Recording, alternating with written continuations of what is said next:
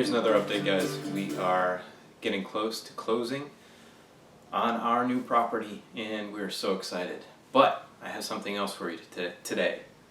Something else that's really exciting. It's over here on the desk and you might think it's a little ridiculous, but I think it's amazing. Let's check it out. Look what we got in the mail today. An amazing variety of seeds for our new garden. Now, you might think, like I was saying, that this is a ridiculous amount of seeds, but what I wanted to do was cover my bases for all different types of fruits and vegetables and grains and herbs and flowers that we would need for our nutrition and in case something happens where we couldn't buy anything. I wanted to have an amazing variety to maybe sell to others who need some healing herbs, or some large varieties of melons, or whatever it is. I just kind of want to cover all the bases. Even if I don't plant everything this year, that's okay. Let me just go through it real quick, and we'll take a look at what we got here. Now, all this year is from Baker Creek Seeds. This is a great company. These are all heirloom seeds. Everything you see here is non-GMO, non-hybrid, and they have just amazing pedigrees for these seeds. They go back a long way. They haven't been altered, except regular cross breeding, of course, like humans have done for so long. But some of these go back for a very, very long way, and then some of these are new. I think these barred boar tomatoes, and you can see the gorgeous green and red stripes on these. You'll find these in the organic section sometimes in your store. These have been around for quite a while, this type of heirloom tomato. But then you've got these new ones, these blueberries. And they come out those purple and blue colors and red, and it's a mixture of those. I cannot wait to try these. Just to kind of cover the bases, we've got, I think I'm saying this correctly, cruciferous plants, which are good for fighting cancer. You've got your Brussels sprouts, your collard greens, there's some cabbage in here, and we've got a lot of lettuces, different types of lettuce. My wife likes romaine lettuce, and this Paris Island is a type of romaine. And then we have a butter crunch lettuce here. We've got some Asian vegetables like bok choy, which is really good for you. We've got some Asian beans, the long beans, actually two types of them. These beautiful purple ones, and then the really, really long Thai beans, which are amazing if you've never had these. These are really, really good. Gorgeous carrots, these atomic red carrots. The picture doesn't do it justice. These are actually much redder than the picture shows. We've got onions. We've got beans, beets, snow peas. Now this one I'm excited to try. We eat a ton of chickpeas or garbanzo beans. That's what we got here. I'm excited to get these to grow. Is everything going to grow here in Texas, East Texas, really well? I think so. So I went through and I made sure that I found varieties that were good for our zone. I think we are in 8B. Correct me if I'm wrong. I can't remember off the top of my head. I knew it when I was looking for them. But, yeah, here's some gorgeous red cabbage and cosmic purple carrots. Oh man, these are going to be great. Rainbow Swiss chard. We've got some eggplant here. Beautiful candy cane striped beets. Of course, these are going to grow here. Rio Grande, Verde, Tomatillos. Just stuff that we like too. So over here, this is something new I'm going to try this year. I've never done this before, and hopefully, I can make it work. But we are going to grow some of our own grains. So we've got some wheat and oats, and these are going to be experiments and tests. And I'm not going to use all the seeds. Everything you hear, I'm going to use the majority of the seeds in the pack, but not all, just in case I can't get them to grow. But the idea of ordering so many seeds as well is to be able to save the seeds for the future. This one's really great. Sorghum. You can make a sweet syrup out of sorghum. It's a grain, but if you need some sort of natural sugar, you can find sorghum syrups in the store. So we're going to give this a shot as well. We've got soybeans, lentils. We eat a ton of lentils in our family too. Sunflowers, and you gotta have sweet corn. You have to have it. Sunflowers are good. So I'm going to start to talk about flowers and herbs. A lot of flowers and herbs are not only good for your body, but they're good for keeping pests out of your garden and away from your garden. As are, I have garlic in here as well as the onions. So what we've studied a lot is not only the back to Eden method of planting, but companion planting. Companion planting is when you plant 2 or 3 vegetables next to one another that grow well together. They use the soil in different ways. They use different levels of nutrients from the soil, nutrients and minerals from the soil, and then they put back certain ones that the other plant can use. So I'm going to get into a little bit more about that in a second here, but we've got a ton of herbs over here. Not only herbs that we like, but herbs that are fragrant and keep away pests that you really don't want in your garden.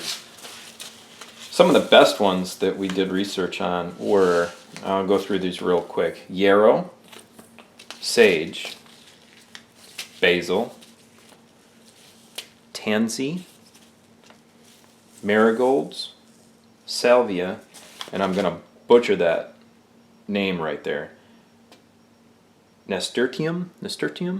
Anyway, maybe somebody can leave me a comment and tell me how to pronounce that better. But these flowers are some of the best at keeping away cabbage fly and carrot fly or cabbage beetle, or the list goes on of pests you don't want in your garden, right? And the nice thing about these, they attract good pests. Your ladybugs, your lacewings,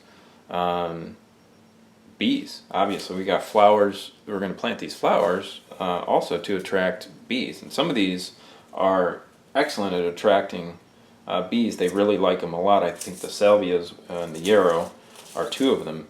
They're easy for the bees to get to, and they have a sweet nectar that honeybees really like. So that's the idea behind that.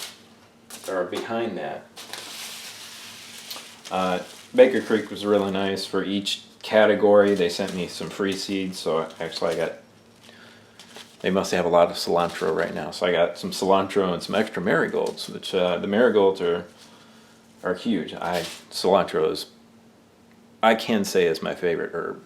I use it in Mexican cooking, and I use it in Asian cooking. It's really good. And the nice thing about cilantro is, if you juice this, it's good for removing heavy metals from your system. A couple other companies I've used, another company I've used in the past, Great Seeds. I still have some of them around, but the reason I have so many seeds here is I'm replenishing my old stock. My old stock is 4 years old, and they're getting towards the end of their life. I will still plant some of them, but I know the attrition rate is going to be quite high. So that's why I've replenished I went with Baker Creek this year. Territorial, another great company. They have an amazing variety of stuff. Great information on their website. This is their winter and overwinter planting catalog, fall and winter 2016, and they tell you exactly what to plant at what time and what varieties. And I think by the time we get into our house, I think I'll be able to get in some winter crops and get those going. So that is going to be super exciting, and I'm actually going to use their catalog as a guide. I kind of know what to plant, but their catalogs even give a ton of information. You jump on their website and it's got an amazing amount of information. Also, the ubiquitous Mother Earth News. You can't go wrong with the information from these guys. They have been doing it for a long time, and they're experts, and they have just a fantastic plethora of gardening, organic gardening information, and beyond that, obviously. Well, what we did here too, I'll show you this real quick and get it in the camera properly there and see if you can see it. This is the layout of our garden. We've already kind of planned what we're going to do, and we planned out our companion planting the best that we can. You can't get all the great plants next to their partners and still have another plant next to it that's going to like it. It's darn near impossible, but this is the best combination that we could kind of come up with here. And some things you'll see that are maybe out of place if you can actually even read this on the camera, but we've got sunflowers and melons. They work well together. We've got pole beans, squash, and corn, which all work well together. Right between here now, there's this gentleman out in California, and I cannot remember his name. He's an organic gardener, does a lot of companion planting, and he's the one I kind of looked at when I was thinking about doing this. He does a no-till garden. Maybe I'll put his information in the comment or in the description below once I find it and remember who he is. I've got his video downloaded. So he plants hedgerows of perennial native flowering plants in between or near his rows a certain distance. Is this the distance? I'm not sure. It seemed like a proper distance for me. This is 3-foot row or 3-foot walk path, which is kind of big, maybe too big. I might pare it down a little bit, but I like to be able to move around in the garden. 4-foot bed, 3-foot, 4-foot. This was 2.5, and then I've got a row of like berries along the edge and asparagus, and then 2.5 foot, and then the perennial. So do the math. I'm not going to do that off the top of my head right now. I can't remember what it is. But anyway, in here we've got carrots and peas are together. Leeks and Swiss chard, zucchini and beets and onions. Tomatoes and basil and onions work well together. Bush beans and collards, Brussels sprouts and broccoli. We've got strawberries and lettuces. We've got arugula, lettuce, watercress. We've got some chives and some onions mixed in here, and I didn't mix in everything we're going to mix in. We're going to mix in a lot of garlic where it's appropriate. The garlic doesn't go with everything. I think garlic and beans don't mix. And then all the other herbs that you see that we bought here, I didn't write those down. I did write one or two, but I kind of stopped because it was kind of getting a little overwhelming. But we've got some thyme in here. Thyme works well with potatoes and cabbage. I think it keeps away the cabbage beetle or the carrot fly. I can't remember. And then radishes also work really well with this grouping. I'm going to plant a lot of the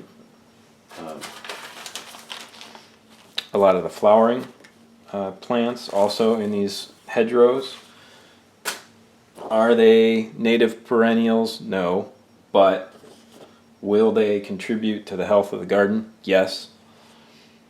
And I'll also be planting them probably around the edges of these beds as well to help really keep those bad pests away. you can let these perennial hedgerows also grow pretty thick, and that's going to help give a shelter to your good pests that you want in the garden. Everybody might be afraid of snakes, but I'm not. I like good snakes. I don't like the bad snakes, but I like the good snakes, and the good snakes are good at keeping away rodents. So on and so forth. That's maybe another discussion. Up here we've got the grains in this area up here. I realize that these are really small for grains, but like I said, they're tests this year. We'll probably move them out of this garden in the future and fill it in with something else and get them out into some larger spaces. I think I talked about in one of my articles at countrylivingexperience.com the space that you're going to need, say if you bake 2 loaves of bread a week, then the amount of flour you need from the wheat, the amount of wheat you need translated into square footage. You can go to our website and read our blog and check out that article. And then as you can see up here towards the top, there's some, these are our fruit trees and grapes and everything, and we've got an orchard that's on the other side of the property. Well, that's where it's planned out for. So, I'm really excited about this. I'd take the time, if you're going to plant a garden, to do this and do the research about what works together. And, like I said, this is a ridiculous amount, probably. Maybe not. Maybe you think it is. Maybe you don't. I don't know. But I felt I needed to go in this direction to really give us a solid, what am I trying to say? Just a good base to pull off of every year. And these seeds will last 3 to 4 years. Like I said, my other ones are at the end of their life. So I needed to replenish. Anyway, I could talk about this for a long time because I am so excited to get this garden going and growing food for my family. But some of the next videos you'll see from us are going to be out on our homestead. It's probably going to take us a month or more to get out there, but don't be discouraged. We'll be back. We might not be putting out a video every single solitary week, but we'll be back and giving you what our experience is out there. And maybe we have a really tough time planting these. Maybe it's a difficult time getting them to grow. Who knows? But you're going to go along on that ride with us. Like I said, we're going to be building a fence. We're going to be building the garden, doing the potentially different gardening methods in different parts of the garden. And we're going to be doing a special method to plant the fruit trees as well. So there's a lot of stuff that's coming up. Repairs in the house, stay tuned for those. There's going to be some plumbing. There's going to be some, putting in rain barrels. There's going to be a lot of stuff, guys. I'm so excited to get out there and show you what we're doing, and hopefully it helps you out. Hopefully you learn along with us and learn from us. And if we're doing something wrong, let us know. Put it in the comment section. Of course, be kind about it. I know I don't have to tell you that. You guys are awesome. Thank you for subscribing. Tell your friends to subscribe. Give us the thumbs up and the like. That helps us out a lot. And yeah, thank you and have a great day. See ya. As always, we're excited that you've joined us. Thank you for watching the video. If you enjoy our videos, please subscribe to our channel. Give us the thumbs up and the like on the video. We appreciate it. And click on the video on the right hand side of the screen to see how we make our own leather axe sheath for our marbles small camp axe. Thank you and have a great day.